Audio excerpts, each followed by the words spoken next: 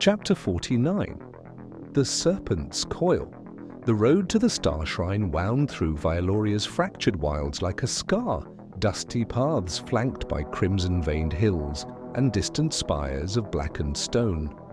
Dylan trudged southward, his rune-etched leather armor chafing against healing bruises, grave marrow a cold weight at his belt, its curse a faint whisper of murder he pushed down. The air was thick with the metallic tang of impending storm, thunder rumbling low like a god's growl. His starry scars itched faintly, syncing with the shrine's distant pulse, a beacon drawing him on despite exhaustion gnawing his bones.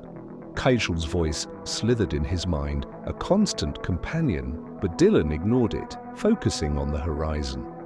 Home was a forgotten dream. The shrine was his reckoning. A rustle in the underbrush stopped him cold, too deliberate for wind or beast. He shadow-stepped instinctively, blurring into darkness, reappearing behind a boulder, heart slamming. Figures emerged from the fog, 5 at first, then more, 10 in all, cloaked in dark leathers that blended with the shadows, blades drawn, eyes like piercing voids. Shadow dragons, their guild runes glinting faintly on hilts. Leading them was Jan's Rinzo, tall and lean as a drawn sword, his blood-red silk tunic unstained, curved blade sheathed but ready. His sharp features framed close-cropped hair, streaked silver, his deep voids locking on Dylan's hiding spot with unnerving precision. "Out, boy!" Jans called, voice smooth as venom. "Your tricks end here." Dylan stepped out, grave marrow drawn, its dark glow flaring. "How'd you find me?" I covered my tracks. Jans's lip curled in faint amusement, his dragons fanning out, encircling Dylan like a noose. Impressive for an outsider. False trails with dragged branches, stream crossings sideways, dung on boots toward beasts, even shadow step, a Vaughn-touched gift. You evaded us longer than most. Might have made a fine dragon with training, but Elther wants your head, or your scars. Dylan's grip tightened, anger surging. "Elther? What's he got to do with me?" Jan circled slowly, his stance fluid, a philosopher with a blade. "Everything. Your scars buzz like the shrine. Prophecies mark the star vessel. Kings fear what they can't control. But credit where due, Ver sang your path for gold. Sold you out in a cell after bitter root. Said you were headed to Zorath. Smart man choosing survival." Dylan's world tilted, betrayal hitting like a gut punch. "Ver? No. He wouldn't?" Jans's eyes gleamed. "Men break, boy, like you will." He lunged, sword a-blur, but Dylan shadow-stepped, reappearing behind, grave marrow thrusting for Jans's back. Jans spun, instincts honed to perfection, deflecting the blade with a clash that sparked, knocking Dylan off balance. Grave marrow flew from his grip, clattering into the dirt. Jans's sword pressed to Dylan's throat, cold steel biting skin. "Not bad," Jans said, voice calm, "but not enough." Shouts erupted from the fog. Ver, Zariel and Leoray bursting through, blades flashing. Ver's twin swords carved into a dragon, Ikor spraying as he gutted the man mid-lunge. Zariel's arrow pierced another's throat, the elf's luminous eyes fierce. Leoray moved like liquid death, a poison knife, embedding in a third's eye, toxin foaming as the dragon convulsed. Jans's eyes narrowed, but he held Dylan firm. "Fair. Predictable. You sold him out. Why defend him now?" Ver's scarred face twisted, guilt flashing before hardening. "Regrets a bitch. Let the kid go, Rinzo." The melee exploded, dragons charging, blades clashing in a storm of steel and blood. Dylan twisted free, scrambling for grave marrow, but a dragon's boot kicked it away.